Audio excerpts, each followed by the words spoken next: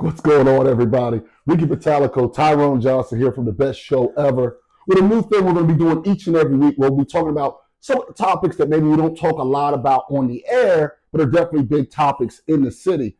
And today, we're going to talk about that fan, in quotes, that decided to berate that Packers fan and just go after her in a way that was just it was just wrong. And what kind of punishment and how to handle it. And I have to say right at the top that the station and the show is not promoting violence, but there is a chance that when we're being completely honest about what we would do, that violence could come up. I understand that violence is not the answer, but this guy was over the line. So for people that maybe missed the viral video, it's the Eagles-Packers playoff game. It's pretty high up in their stadium. I'm not judging, but I'm trying to set the scene from where it was. And there's a woman there in her Packers gear, but she's sitting and she's quiet and she's there with her boyfriend. And an older guy with a beard decides to just berate her, and it's on video, and calls her the C word and a lot of F's and a lot of words that we can't say here in polite society. And basically he just keeps going, and the reports are that he's been banned from the link going forward. But Ricky Bo, when you see something like that, you played it, so you've heard it. It's one thing when people yell, and I think there is even a line with players, but you cannot berate a fan like that who's minding their own business. There is a line with players. I mean, I've been called every name in the book. People can go too far. I don't, the players are able to kind of just wash it off. All right, we're sitting in here in New York and they're yelling at us. We could just kind of wash that off. But I mean, the bigger thing here is that, I mean, there are people just coming just to watch a football game. They paid the price to go into the game, sit in a seat, and watch a football game. And I know the Eagles fans are passionate. I understand you. I love you guys. But when it comes down to it, this person does represent a Philadelphia Eagles fan. He is wearing Eagles paraphernalia. He's up there yelling at a woman that had no business being yelled at. And, I mean, just sit down, shut up. You don't have to berate somebody. I don't even know what the score was at the point.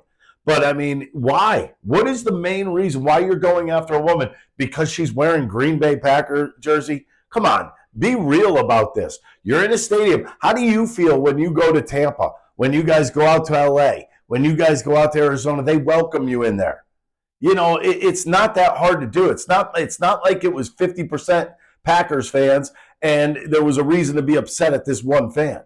I just think it's unnecessary, it's ridiculous, and it's just plain sad as a human being to do that to somebody in front of everybody to start with. Yeah. I mean, I think it's horrible to do it, period, but now you're doing it in front of the whole world. I think that's pathetic. This guy should be banned. He should be fired from his job, and I know they are actually looking into it. I saw a quote from his job today, and not only from the link, I think all stadiums. Yeah, I agree. I think all stadiums within the South Philly area, I think he should not be able to go to. I completely agree. And I want to hit on one thing you just said, where you said he does represent Philadelphia fans. And this is the thing that's out there where people say he doesn't represent us.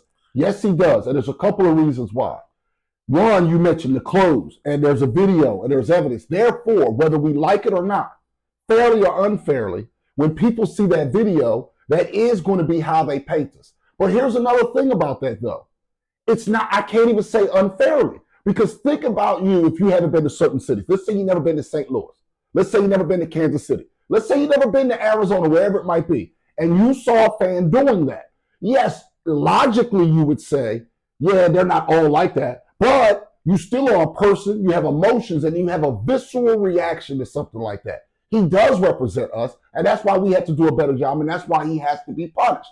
Now, here's another disappointing thing, because I think it's clear, Ricky, that the guy was out of line. You mentioned that. 100%. Well. All right. What I don't understand is, why did no one else say anything? Now, I'm not talking about someone going in there like there's some knight in shining armor and tackling them and all that stuff. What I'm saying is, why during that entire video was there no Eagles fan to tell that guy to shut up? And that adds to the whole situation. If you think about it, somebody steps in and says, you know what, just shut your mouth. Right. The whole thing just goes away. Right. Instead, it turns into he keeps going, and it makes it 10 times worse. Jump in at some point, people. Yeah, and that's where it does represent us. If we see something bad happening, again, he didn't have a weapon, If there's a weapon or something like that, and you're worried about your own safety, that's different.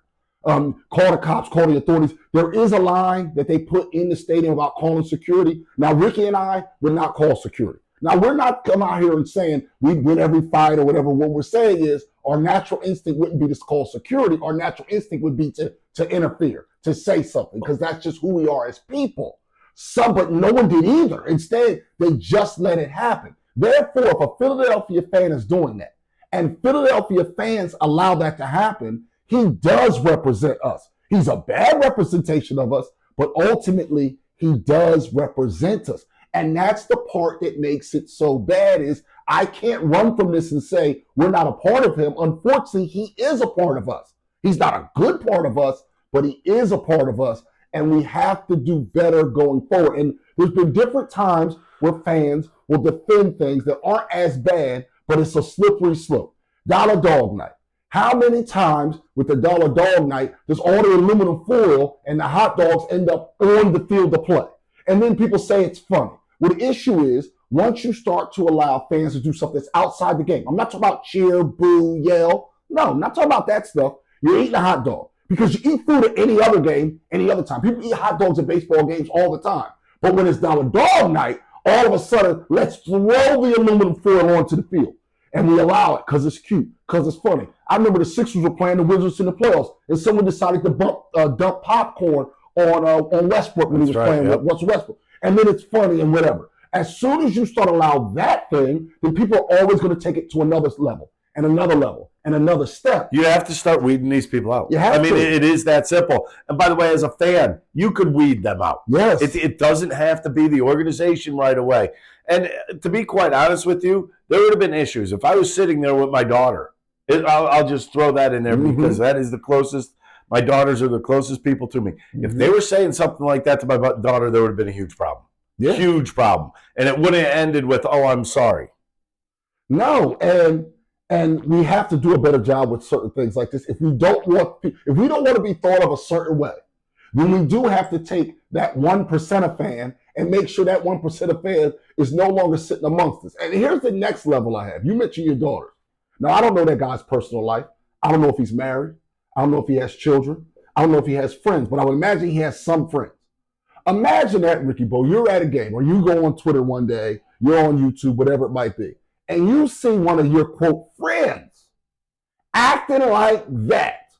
What would you say to him? Apparently, I find it very hard to believe that that's the first time that guy's acted like that. Yeah, no, there's no way. There's no way.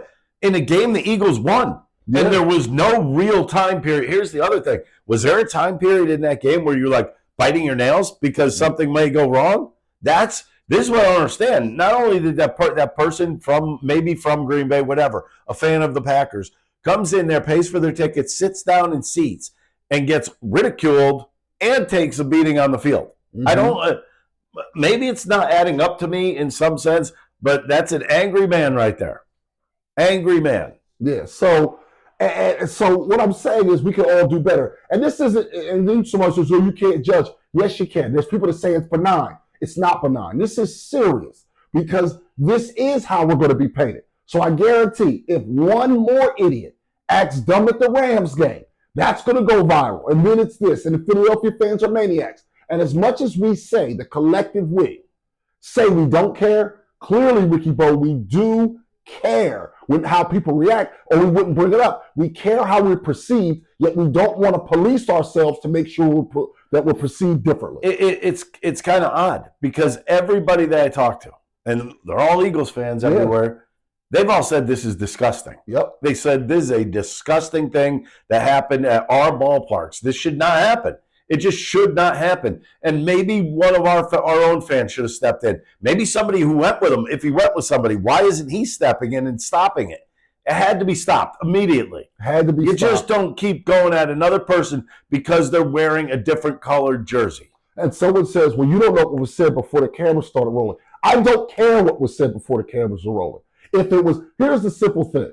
You don't need to go that long. If it was bad enough to where you need to come to blows, then come to blows with the boyfriend who was there, which again, I'm not promoting the violence, but I'm saying if it's that bad, there is no need to berate a woman on camera or a man, call them all those names for that long, and then try to backpedal and have people say, oh, well, you don't know the whole story. We saw enough of the story. And again, I will say, obviously, most Philadelphia fans are not like that. For people out there that may see this video that don't usually go to games, you are safe. Nothing's going to happen to you 99.9% of the time.